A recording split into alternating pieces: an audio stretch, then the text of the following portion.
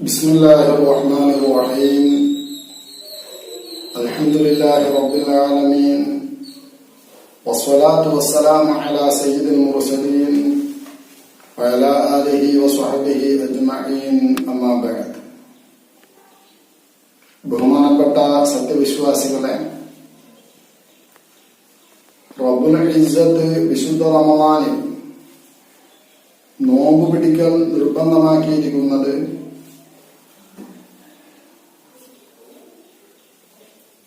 ബുദ്ധിയും ശുദ്ധിയും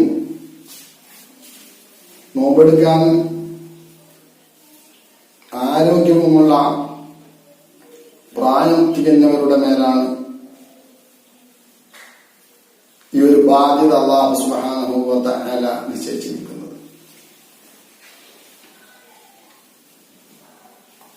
അപ്പോൾ പ്രായം തികയാത്ത കുട്ടികൾ, ആ കുട്ടികളെ സംബന്ധിച്ചിടത്തോളം അവർക്ക് നേരെ നോമ്പ് ബാധ്യതയില്ല. അവർ മുക്കല്ലഫുകൾ അല്ല. അള്ളാഹുവിന്റെ വിധിവിലക്കുകൾ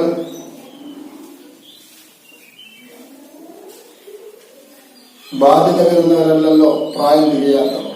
എങ്കിലും രക്ഷിതാക്കളെ സംബന്ധിച്ചിടത്തോളം 7 വയസ്സ് തികഞ്ഞ കുട്ടികളോട് നോമ്പെടുക്കാൻ കൽപ്പിക്കൽ നിർബന്ധവും 10 വയസ്സായാൽ നിസ്കാരം പോലെ തന്നെ നോമ്പെടുത്തില്ലെങ്കിൽ അതിവേദനയാക്കാത്ത അടിക്കൽ നിർബന്ധവുമാണ്. കുട്ടിക്കാലത്ത് അനുഷ്ഠിക്കാത്ത നോമ്പ് പിന്നീട് പ്രായം തികഞ്ഞതിന്റെ ശേഷം ഖളാ വീട്ടൽ നിർബന്ധ ബാധ്യത ഇല്ല. വിശുദ്ധ റമളാനിൽ പ്രായം തികഞ്ഞിട്ടുണ്ടെങ്കിലും ബുദ്ധിയില്ലാത്ത ആളുകൾ അഥവാ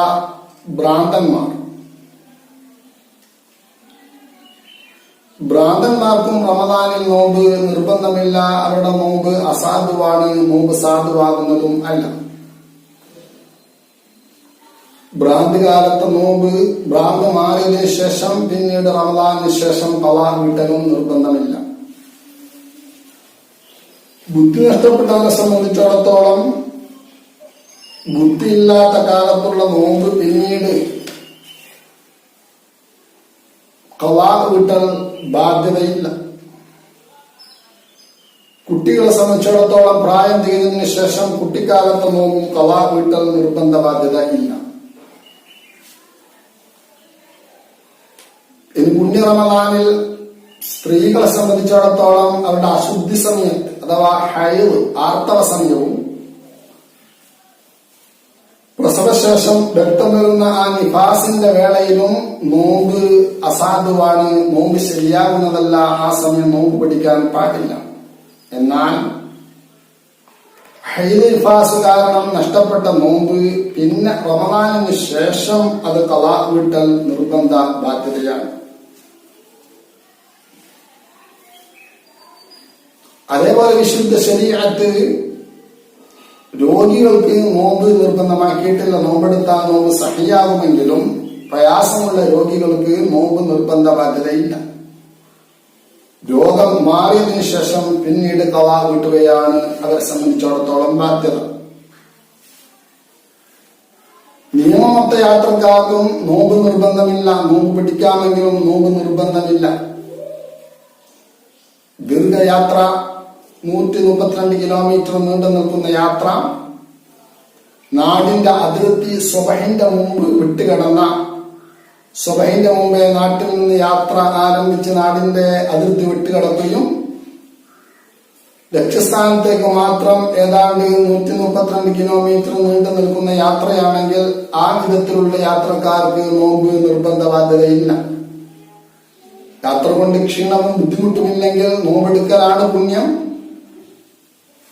അല്ലാത്തവരെ സംബന്ധിച്ചിടത്തോളം നോമ്പ് ഉപേക്ഷിക്കലാണ് യാത്രക്കാർക്ക് പുണ്യം. ഏതായാലും നോമ്പ് ഉപേക്ഷിക്കാം. ആ ഉപേക്ഷിച്ച നോമ്പ് പിന്നീട് റമദാനിന് ശേഷം ഖളാ വീട്ടേണ്ടതാണ്.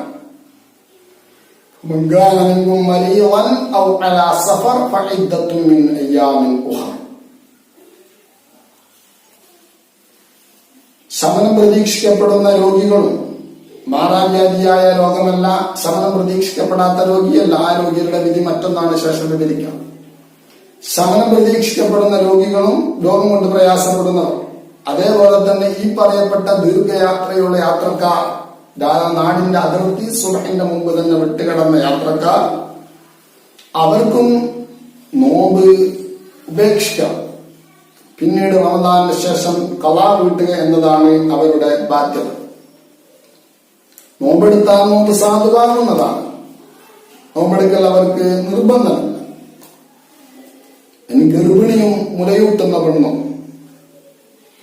ഗർഭം കാരണം നോമ്പെടുക്കുന്നതിൽ പ്രയാസമുണ്ടെങ്കിൽ സ്വന്തം അറിവിന്റെ അടിസ്ഥാനത്തിലോ അല്ലെങ്കിൽ വിശ്വസ്തരായ ഡോക്ടർമാർ പറഞ്ഞതിന്റെ അടിസ്ഥാനത്തിൽ നോമ്പ് ഉപേക്ഷിക്കേണ്ടി വന്നാൽ ഗർഭിണികൾക്ക് നോമ്പ് ഉപേക്ഷിക്കാൻ അനുവദനീയമാണ്. അതേപോലെ ചെറിയ കുഞ്ഞുങ്ങൾക്ക് മുലയൂട്ടുന്ന ഉമ്മമാർക്കും പ്രയാസമുണ്ടെങ്കിൽ, നോമ്പെടുക്കുന്നത് കൊണ്ട് പാല് കുറഞ്ഞു പോകുന്നു, കുട്ടി പ്രയാസപ്പെടുന്നു, ആ വിധത്തിലുള്ള പ്രയാസം വരുന്നുവെങ്കിൽ, അല്ലെങ്കിൽ സ്വന്തം ശരീരത്തിന് ആരോഗ്യ പ്രശ്നം വരുന്നുവെങ്കിൽ മുലയൂട്ടുന്ന പെണ്ണിന് നോമ്പ് ഉപേക്ഷിക്കാം. പിന്നീട് റമദാനിന് ശേഷം ഖളാ വീട്ടുകയാണ് വേണ്ടത്. ബോധക്ഷയം സംഭവിച്ചവർ, ബോധക്കേട് സംഭവിച്ചു, അത് പകൽ സമയത്ത് ബോധക്കേട് സംഭവിച്ചാൽ ബോധക്കേട് സംഭവിച്ചത് കൊണ്ട് മാത്രം നോമ്പ് മുറിയുന്നതല്ല. പകൽ തീർത്തും അബോധാവസ്ഥയിലാണെങ്കിൽ മാത്രമേ നോമ്പ് നഷ്ടപ്പെടുന്നു. നോമ്പ് നിയ്യത്ത് ചെയ്തതിന്റെ ശേഷം പകൽ ഏതെങ്കിലും ഒരു സമയത്ത് ബോധം തെളിഞ്ഞിട്ടുണ്ടെങ്കിൽ ആ നോമ്പ് സാധുവാകുന്നതാണ്, ശരിയാകുന്നതാണ്. പകൽ സമയം തീർത്തും സുബഹ് മുതൽ സൂര്യാസ്തമയം വരെ അബോധ അവസ്ഥയിലാണെങ്കിൽ ആ നോമ്പ് ശരിയാകുന്നതല്ല. ആ നോമ്പ് പിന്നീട് റമദാനിന് ശേഷം ഖളാ വീട്ടേണ്ടതാണ്. അബോധാവസ്ഥയിലുള്ള നിസ്കാരം ഖളാ വീട്ടേണ്ടതില്ല, അബോധാവസ്ഥയിലുള്ള നോമ്പ് ഖളാ വീട്ടേണ്ടതാണ്. നിസ്കാരത്തിനും നോമ്പിനും വ്യത്യസ്തമായ നിയമങ്ങളാണ്. ഇനി നോമ്പെടുത്ത് കഠിനമായ വിശപ്പ്, കഠിനമായ ദാഹം കാരണം നോമ്പ് മുന്നോട്ട് കൊണ്ടുപോകാൻ സാധിക്കുന്നില്ല, വളരെ പ്രയാസം അനുഭവിക്കേണ്ടി വരും. ജീവൻ തന്നെ ഭീഷണി നേരിടുകയോ അതല്ലെങ്കിൽ ശരീരത്തിൽ ഏതെങ്കിലും ഒരു അവയവത്തിന് തകരാറ് സംഭവിക്കുമെന്നോ അല്ലെങ്കിൽ ഏതെങ്കിലും ഒരു അവയവത്തിന്റെ ഉപകാരം നഷ്ടപ്പെട്ടു എന്ന് പേടിക്കുന്ന ഒരു സാഹചര്യം വന്നു കഴിഞ്ഞാൽ ആ നിലക്കുള്ള വലിയൊരു ബുദ്ധിമുട്ട് ഉടലെടുത്തു കഴിഞ്ഞാൽ ആ സമയത്ത് നോമ്പ് മുറിക്കൽ അനുവദനീയമാണ്. വലിയ വലിയ കഠിനമേറിയ ജോലി ചെയ്യുന്ന തൊഴിലാളികൾ, അന്നന്ന് തൊഴിൽ ചെയ്ത് ആ കിട്ടുന്ന വരുമാനം കൊണ്ട് ജീവിതം മുന്നോട്ട് നീക്കുന്ന പാവങ്ങളായ തൊഴിലാളികൾ, അവർ റമദാനിൽ രാത്രി സമയത്ത് നിയ്യത്ത് ചെയ്യണം. നിയ്യത്ത് ചെയ്തുകൊണ്ട് നോമ്പുകാരായിട്ടാണ് അവർ ജോലിക്ക് പോകേണ്ടത്. അങ്ങനെ ജോലി ചെയ്യുന്നതിനിടയിൽ ക്ഷീണം വരികയും നോമ്പ് മുന്നോട്ട് കൊണ്ടുപോകാൻ പറ്റാത്ത ഒരു സാഹചര്യം ഉടലെടുത്താൽ അവിടെ വെച്ചവർക്ക് നോമ്പ് മുറിക്കൽ അനുവദനീയമാണ്. പിന്നീട് ക്ഷീണം വരും എന്നതുകൊണ്ട് ആദ്യമേ നോമ്പെടുക്കാതെ നിയ്യത്ത് ചെയ്യാതെ ജോലിക്ക് പോകരുത്. മഹാന്മാരായ ഫുഖഹ വിശദീകരിക്കുന്നത് അത്തരം തൊഴിലാളികളുടെ നിയമം ഇമാം അദറഈ റളിയല്ലാഹു തആല അൻഹു ഫത്വ കൊടുത്തിരിക്കുന്നു. ബിഅന്നഹു യൽസമുൽ ഹസ്വാദി, കൊയ്ത്തുകാർ വയലുകളിൽ പോയി കൃഷി കൊയ്തെടുക്കുന്ന ആ വലിയൊരു ജോലി അറ്റുച്ച സമയത്ത്, കഠിനമായ ചൂട് സമയം, ആ തൊഴിൽ ചെയ്യുന്ന ആളുകൾക്ക് നിർബന്ധമാണ്. അതേപോലെയുള്ള വലിയ വലിയ കടുപ്പമുള്ള തൊഴിൽ ചെയ്യുന്ന ആളുകൾക്ക് നിർബന്ധമാണ് തബീയത്തു നിയ്യത്തി കുല്ല ലൈല, എല്ലാ രാത്രിയും അവർ രാത്രി നിയ്യത്ത് ചെയ്യണം. നാളെ റമദാൻ നോമ്പെടുക്കുന്നതിന് നിയ്യത്ത് ചെയ്യണം. നോമ്പുകാരായിട്ടാണ് അവർ ജോലിക്ക് പോകേണ്ടത്.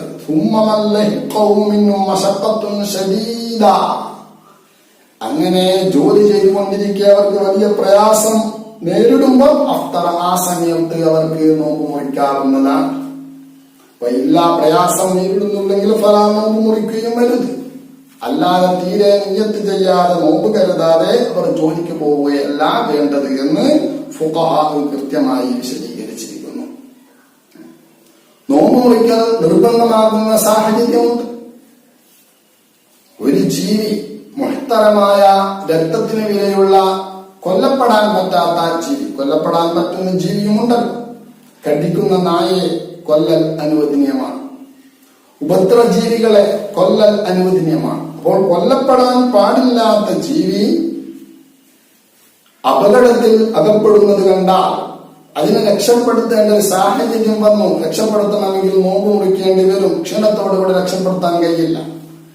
അപ്പോൾ ഒരു മുഹ്തറമായ ഒരു ജീവിയെ രക്ഷപ്പെടുത്താൻ വേണ്ടി നോമ്പ് മുറിക്കേണ്ടി വരുന്ന സാഹചര്യം വന്നാൽ നോമ്പ് മുറിക്കാൻ നിർബന്ധമാണ്. അതിനെ രക്ഷപ്പെടുത്താൻ വേണ്ടി നോമ്പ് മുറിക്കണം, നോമ്പ് മുറിച്ചിട്ട് അതിനെ രക്ഷപ്പെടുത്തണം. ആ സാഹചര്യത്തിൽ നോമ്പ് മുറിക്കൽ നിർബന്ധമാണ്. നോമ്പ് മുറിച്ചില്ലെങ്കിൽ കുറ്റം വരും. ഇനി ജീവിയല്ല, മറ്റേതെങ്കിലും ഒരു വസ്തു, ഒരു ധനം നഷ്ടപ്പെട്ടു പോകും. അവന്റെ തേങ്ങ ഒരു നദിയിലൂടെ ഒലിച്ചു പോവുകയാണ്. ഈ സാഹചര്യത്തിൽ ആ ധനം രക്ഷപ്പെടുത്തിയെടുക്കാൻ വേണ്ടി നോമ്പ് മുറിക്കൽ അനിവാര്യമായി വന്നാൽ നോമ്പ് മുറിക്കൽ അനുവദനീയമാണ്. പക്ഷേ അതിനെ രക്ഷപ്പെടുത്താൻ വേണ്ടി നോമ്പ് മുറിക്കൽ നിർബന്ധമില്ല, നോമ്പ് മുറിക്കാം എന്നേ ഉള്ളൂ. അപ്പോൾ ഇത് ജീവിയാണെങ്കിൽ, മുഹ്തറമായ രക്തത്തിന് വിലയുള്ള വധിക്കപ്പെടാൻ പറ്റാത്ത ജീവിയാണെങ്കിൽ നോമ്പ് മുറിക്കൽ നിർബന്ധവും രക്ഷപ്പെടുത്താൻ നോമ്പ് മുറിക്കാൻ അനിവാര്യമായി വരുന്ന സാഹചര്യത്തിൽ നോമ്പ് മുറിക്കൽ നിർബന്ധവും. ഇനി ജീവിയല്ലാത്ത മറ്റ് സമ്പത്ത്, സ്വത്ത് രക്ഷപ്പെടുത്താൻ വേണ്ടി നോമ്പ് മുറിക്കൽ അനുവദനീയവും ആണ്.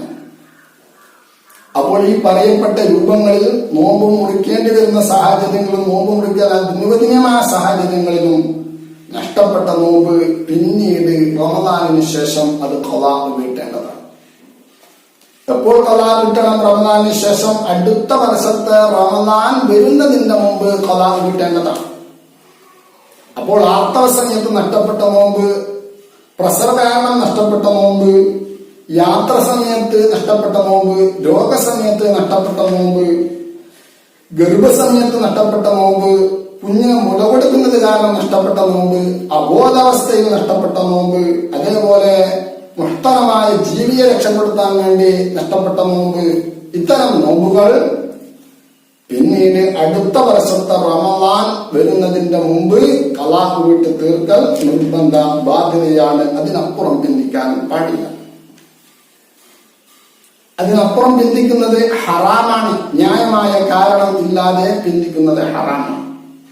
ന്യായമായ കാരണം എന്നതുകൊണ്ട് ഉദ്ദേശിക്കുന്നത് ഒന്ന് രോഗം, അടുത്ത വർഷം വരെ നോമ്പെടുക്കാൻ പറ്റാത്ത വിധത്തിൽ സ്ഥിരമായ ഒരു രോഗിയായിരുന്നു എങ്കിൽ ഖളാ വീട്ടൽ പിന്തിച്ചതിന് കുറ്റമില്ല. അല്ലെങ്കിൽ യാത്രയായിരുന്നു, എന്തെങ്കിലും മുലപ്പാൽ കൊടുക്കുന്ന ഒരു ഉമ്മയായിരുന്നു, നോമ്പെടുക്കുമ്പോൾ പ്രയാസം വരുന്നു, അല്ലെങ്കിൽ ഗർഭിണിയാണ്, ഖളാ വീട്ടാൻ സാധിക്കുന്നില്ല, അങ്ങനെ ന്യായമായ കാരണത്തിന് വേണ്ടിയല്ലാതെ ഒരു റമദാനിൽ നഷ്ടപ്പെട്ട നോമ്പ് അടുത്ത റമദാനെ തൊട്ട് പിന്തിക്കുന്നത് അത് കുറ്റമാണ്, അത് ഹറാമാണ്. ഇനി റമദാൻ നോമ്പിന് ഒരു പ്രത്യേകതയുണ്ട്. നോമ്പില്ലാത്തവരും നോമ്പുകാരെ പോലെ കഴിച്ചു കൂട്ടൽ നിർബന്ധമാണ്. അതിനാണ് ഇംസാക്ക് എന്ന് പറയുന്നത്. ഇത് നിർബന്ധമാകുന്ന രൂപമുണ്ട്, സുന്നത്താകുന്ന രൂപവുമുണ്ട്.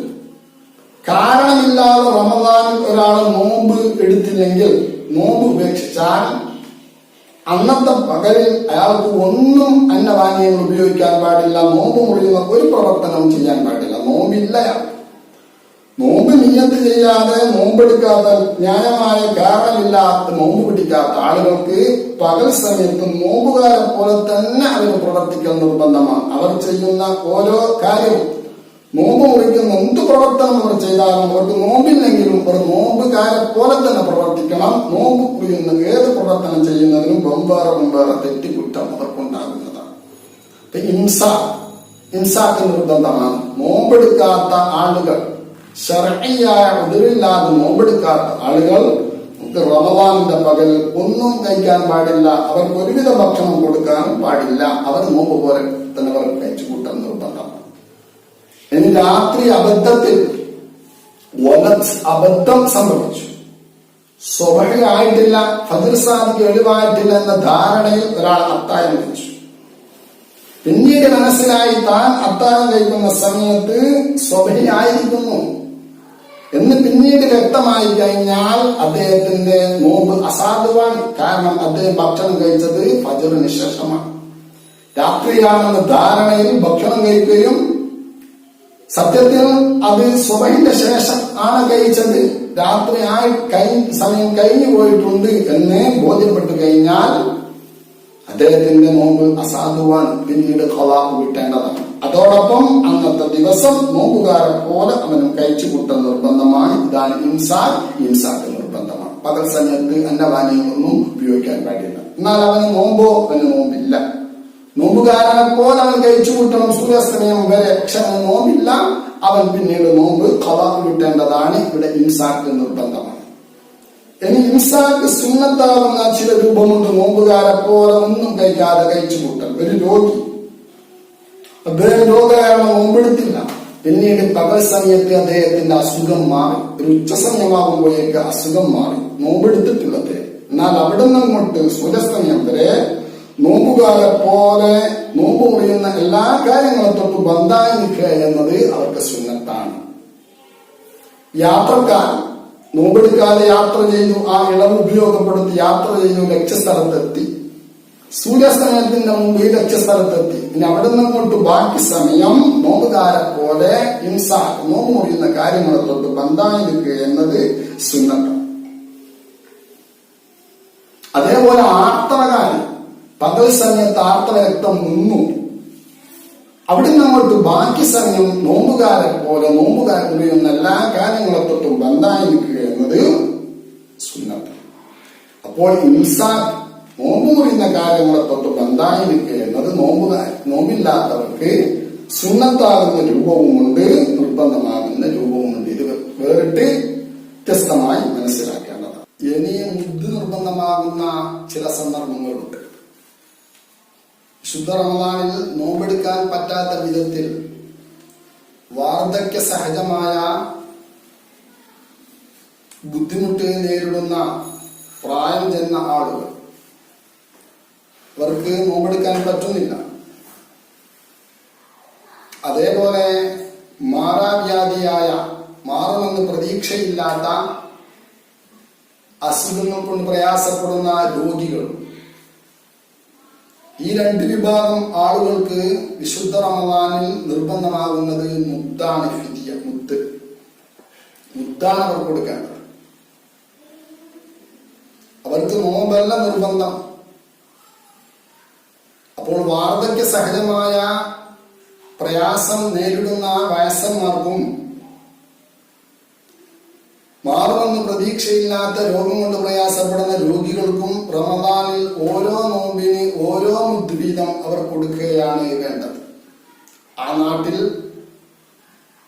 മുഖ്യ ആഹാരമായി കഴിക്കപ്പെടുന്നത് എന്താണോ അത് വേവിക്കാതെ ഒരു മുദ് അളവിൽ സാധുവിന് നൽകുകയാണ് വേണ്ടത്.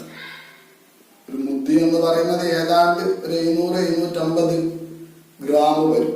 അപ്പൊ നമ്മുടെ നാടുകളിൽ അരി, ഒരു നോമ്പിന് ഒരു മുദ് അരി നൽകുക, ഒരു സാധുവിന് കൊടുക്കുക.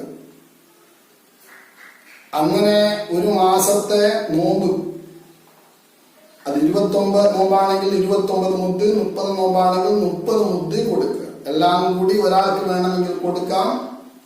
നല്ലത് 30 മുദ് 30 ആളുകൾക്ക്, ഒരാൾക്ക് ഒരു മുദ് എന്ന നിലയ്ക്ക് വ്യത്യസ്തമായി 30 ആളുകൾക്ക് കൊടുക്കലാണ് ഏറ്റവും ഉത്തമം.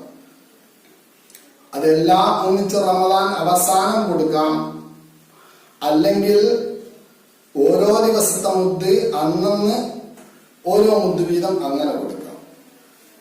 ഈ രണ്ട് രൂപങ്ങൾ ഇഷ്ടമുള്ളത് സ്വീകരിക്കാം. ഇത് രണ്ടും അല്ലാതെ ഒരു മാസത്തെ മുദ് മുൻകൂട്ടി ഒന്നാം ദിവസം തന്നെ കൊടുക്കാൻ പറ്റില്ല. ഒരു ദിവസത്തെ മുദ് ആ ദിവസത്തെ പകലോ അല്ലെങ്കിൽ കഴിഞ്ഞ രാത്രിയോ ആണ് കൊടുക്കേണ്ടത്. അടുത്ത ദിവസത്തെ മുദ് വരുന്ന രാത്രിയോ അല്ലെങ്കിൽ പിറ്റേ ദിവസത്തെ പകലോ ആണ് കൊടുക്കേണ്ടത്. പിന്നെ വരുന്ന ദിവസങ്ങൾക്കുള്ള മുദ് കാലം കൂട്ടി മുൻകൂറായി കൊടുക്കാൻ പറ്റുന്നതല്ല. അത് ശ്രദ്ധിക്കേണ്ടതാണ്. ഒന്നിൽ കൂടുതൽ ആളുകൾക്ക് കൊടുക്കുമ്പോൾ 2, 3, 4 അങ്ങനെ കൊടുക്കാം. 1.5 മുദ്, 2.5 മുദ്, അങ്ങനെ കഷ്ണം വരുന്ന രൂപത്തിൽ മുദ്ദിനെ കഷ്ണമാക്കാൻ പറ്റുന്നതും അല്ല.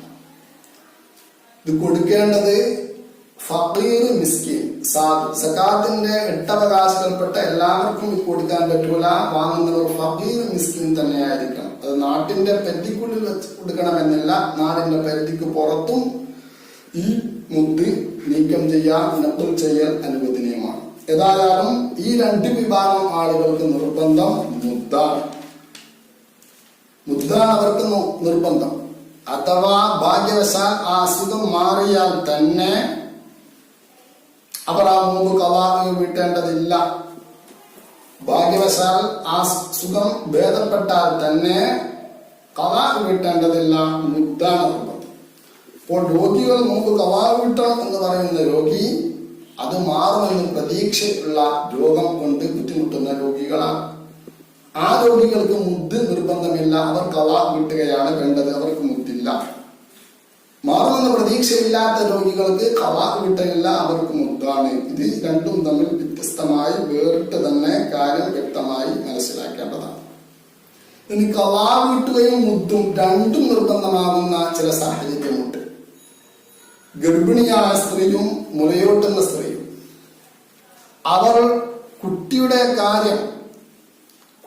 കാര്യത്തിൽ പേടിച്ച്, സ്വന്തം ശരീരത്തിന്റെ ആരോഗ്യ പ്രശ്നമല്ല, കുട്ടിയുടെ കാര്യം മാത്രം പേടിച്ച് ഗർഭിണി നോമ്പ് ഒഴിവാക്കിയാൽ, അതേപോലെ തന്നെ മുലയൂട്ടുന്ന പെണ്ണും അവർക്ക് നോമ്പ് ഒഴിവാക്കാൻ അനുവദനീയമാണ്. അങ്ങനെ അവർ നോമ്പ് ഉപേക്ഷിച്ചാൽ കുട്ടിയുടെ കാര്യം പേടിച്ചുകൊണ്ട് മാത്രമാണ് നോമ്പ് ഒഴിവാക്കിയതെങ്കിൽ ഖളാ കിട്ടുന്നതോടൊപ്പം എത്ര നോമ്പാണ് ഉപേക്ഷിച്ചതെങ്കിൽ ഒരു നോമ്പിന് ഒരു മുദ്ദ് വീതം കൊടുക്കൽ നിർബന്ധമാണ്. ഖളാ കിട്ടുകയും ചെയ്യണം, മുദ്ദ് കൊടുക്കുകയും ചെയ്യണം. അതേപോലെ ഖളാ കിട്ടുകയും മുദ്ദും നിർബന്ധമാകുന്ന വേറെ ചില രൂപമുണ്ട്. നേരത്തെ സൂചിപ്പിച്ചതുപോലെ മുഹ്തറമായ രക്തത്തിന് വിലയുള്ള കൊല്ലപ്പെടാൻ പാടില്ലാത്ത ജീവിയെ രക്ഷപ്പെടുത്താൻ വേണ്ടി നോമ്പ് മുറിക്കണം. നോമ്പ് മുറിക്കേണ്ടി വന്നാൽ നോമ്പ് മുറിച്ച് രക്ഷപ്പെടുത്താൻ നിർബന്ധമാണ് എന്ന് പറഞ്ഞു വരുന്നു. അങ്ങനെ രക്ഷപ്പെടുത്താൻ വേണ്ടി നോമ്പ് മുറിച്ച നോമ്പ്, ആ നോമ്പ് പിന്നീട് ഖളാ കിട്ടുകയും മുദ്ദ് കൊടുക്കുകയും ചെയ്യൽ നിർബന്ധമാണ്. അപ്പോൾ ഖളാ കിട്ടുകയും ചെയ്യണം, മുദ്ദ് കൊടുക്കുകയും ചെയ്യണം. അതേ സ്ഥാനത്ത് ജീവിയല്ലാത്ത മറ്റു ഒരു ധനം രക്ഷപ്പെടുത്താൻ വേണ്ടി വേണമെങ്കിൽ നോമ്പ് മുറിക്കാം. നോമ്പ് മുറിക്കേണ്ടി വന്നാൽ നോമ്പ് മുറിക്കൽ അനുവദനീയമാണെന്ന് നേരത്തെ പറഞ്ഞിട്ടുണ്ട്.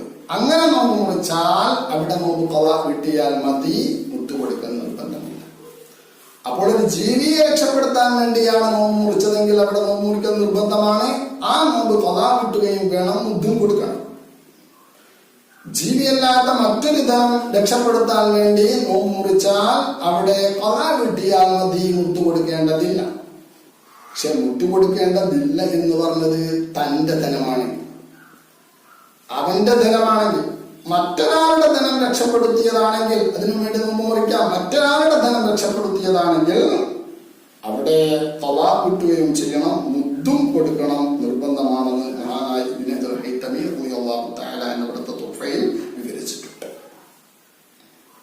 ഇനി ഖളാ കിട്ടുകയും മുദ്ദും കൊടുക്കേണ്ട വേറെ ചില സാഹചര്യമുണ്ട്. അഥവാ റമദാനിൽ നഷ്ടപ്പെട്ട നോമ്പ് നാം നേരത്തെ സൂചിപ്പിച്ചു, വ്യക്തമാക്കി. അടുത്ത റമദാന്റെ മുമ്പ് ഖളാ കിട്ടേണ്ടതാണ്.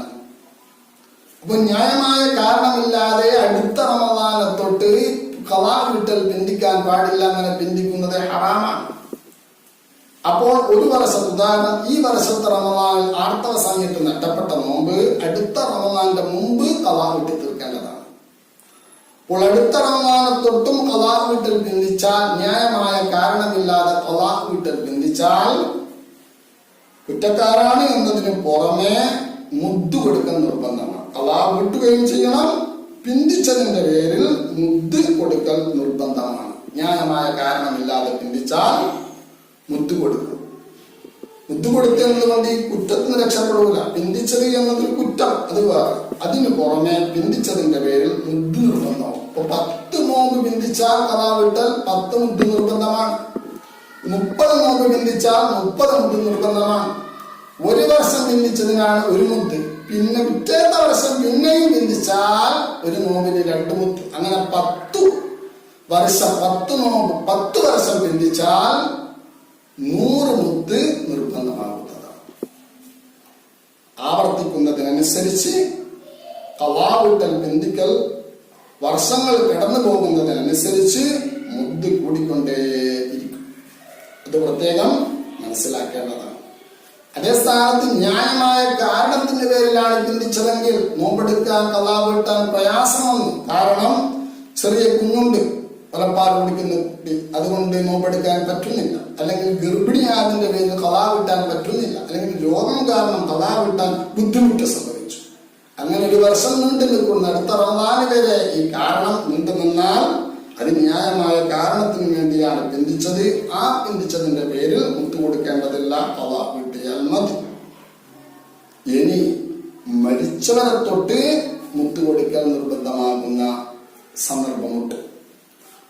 നോമ്പ് നിർബന്ധമായ ആൾ ഖളാ വീട്ടാൻ അവസരം ലഭിച്ചതിന്റെ ശേഷം മരണപ്പെട്ട് കഴിഞ്ഞാൽ റമദാനിൽ നോമ്പ് നിർബന്ധമായ ആൾ നോമ്പെടുത്തില്ല, രോഗം കാരണം മറ്റോ നോമ്പെടുത്തില്ല, അങ്ങനെ റമദാനിന് ശേഷം ഖളാ വീട്ടാനുള്ള ദിവസം അവർക്ക് ലഭിച്ചു ഒരു 2 നോമ്പ് ഉദാഹരണം. 2 ദിവസം കിട്ടിയിട്ടുണ്ട് പെരുന്നാളിന് ശേഷം. പെരുന്നാളിന് ശേഷം 2 ദിവസം കിട്ടിയിരുന്നു നോമ്പെടുക്കാൻ, പിന്നെ നോമ്പെടുക്കാമെന്ന് കരുതി പിന്തിച്ചു. അങ്ങനെ മരണം സംഭവിച്ചു കഴിഞ്ഞാൽ ഈ മരിച്ച ആളെ തൊട്ട് മുദ്ദ് കൊടുക്കൽ നിർബന്ധമാണ്. അദ്ദേഹത്തിന്റെ സ്വത്തിൽ നിന്നെടുത്ത് എത്ര നോമ്പാണുള്ളതെങ്കിൽ ഒരു നോമ്പിന് 1 മുദ്ദ് എന്ന വീതം കൊടുക്കൽ നിർബന്ധമാണ്. സ്വത്തിൽ നിന്ന് കൊടുക്കണം. ഇവിടെ മറ്റൊരു കാര്യം ചെയ്യാം. ബന്ധുക്കളിൽപ്പെട്ട ആർക്കെങ്കിലും, കുടുംബങ്ങളിൽപ്പെട്ട ആർക്കെങ്കിലും ഈ മരിച്ച ആളെ തൊട്ട് നോമ്പെടുക്കാം. അങ്ങനെ നോമ്പെടുത്താൽ പിന്നെ അവിടെ മുദ്ദ് കൊടുക്കേണ്ടതില്ല. രണ്ടാം ഒരു കാര്യം ചെയ്യണം. ഒന്നെങ്കിൽ സ്വത്തിൽ നിന്നെടുത്ത് മുദ്ദ് കൊടുക്കണം, അല്ലെങ്കിൽ കുടുംബങ്ങളിൽപ്പെട്ട ആരെങ്കിലും, അല്ലെങ്കിൽ കുടുംബങ്ങളിൽപ്പെട്ട ആരുടെയെങ്കിലും സമ്മതം കിട്ടിയ അന്യരും അവരാണെങ്കിൽ അന്യ, പക്ഷെ സമ്മതം വേണം. കുടുംബത്തിൽപ്പെട്ട ആരുടെയെങ്കിലും സമ്മതം വേണം, അല്ലെങ്കിൽ മയ്യത്തിന്റെ വസീയത്ത് വേണം, അല്ലെങ്കിൽ കുടുംബത്തിൽപ്പെട്ട ഒരാളായിരിക്കണം. അവരാണ് നോമ്പെടുക്കേണ്ടത്. അങ്ങനെ നോമ്പെടുക്കണം. ഇനി മരണപ്പെട്ട ആൾ നോമ്പ് പിന്തിക്കുകയും ചെയ്തിട്ടുണ്ട്, ഖളാ കിട്ടിയിട്ടുമില്ല, പിന്തിച്ചിട്ടുമുണ്ട്. അങ്ങനെയാണെങ്കിൽ പിന്തിച്ചതിന്റെ പേരിലുള്ള ഒരു മുദ്ദ് വേറെയുണ്ട്. നോമ്പ് ഖളാ വിട്ടാതെ മരിച്ചു എന്നതുകൊണ്ട് ആ നോമ്പിന്റെ ബാധ്യത വന്നതുകൊണ്ട് ഒരു മുദ്ദുണ്ട്. 2 മുദ്ദ് നിർബന്ധമാകുന്നതാണ്. ഖളാ വിട്ടൽ ഒരു വർഷം പിന്തിച്ചിട്ടാണ് ഒരാൾ മരിച്ചതെങ്കിൽ, ന്യായമായ കാരണമില്ലാതെ പിന്തിച്ചുകൊണ്ടാണ് മരിച്ചതെങ്കിൽ ബാധ്യതപ്പെട്ട നോമ്പിന്റെ ഒരു മുദ്ദ് വേറെ, പിന്തിച്ചതിന്റെ മുദ്ദ് വേറെ. ഇവിടെ ബന്ധുക്കൾപ്പെട്ട ആരെങ്കിലും നോമ്പെടുത്ത് കഴിഞ്ഞാൽ പിന്തിച്ചതിന്റെ മുദ്ദ് മാത്രം കൊടുത്താൽ മതി. അപ്പോൾ മരിച്ചവരെ തൊട്ട് മുദ്ദ് കൊടുക്കൽ നിർബന്ധമാകും. ഇത് നോമ്പിന്റെ ഒരു പ്രത്യേകതയാണ്. മറ്റ് ഇബാദത്തിന് അങ്ങനെ കാണില്ല. നിസ്കാരം നിർബന്ധമുള്ള ഒരാൾ നിസ്കാരം ഖളാ വിട്ടേണ്ട ഖളാആയ പല നിസ്കാരം അദ്ദേഹത്തിനുണ്ട്. ഖളാ വിട്ടാതെ മരിച്ചു കഴിഞ്ഞാൽ ആ മരിച്ച ആളെ തൊട്ട് ജീവിച്ചിരിക്കുന്ന ആളെ ഖളാ വിട്ടുക അല്ലെങ്കിൽ മുദ്ദ് കൊടുക്കുക എന്നതില്ല എന്നാണ് പ്രബല വീക്ഷണം.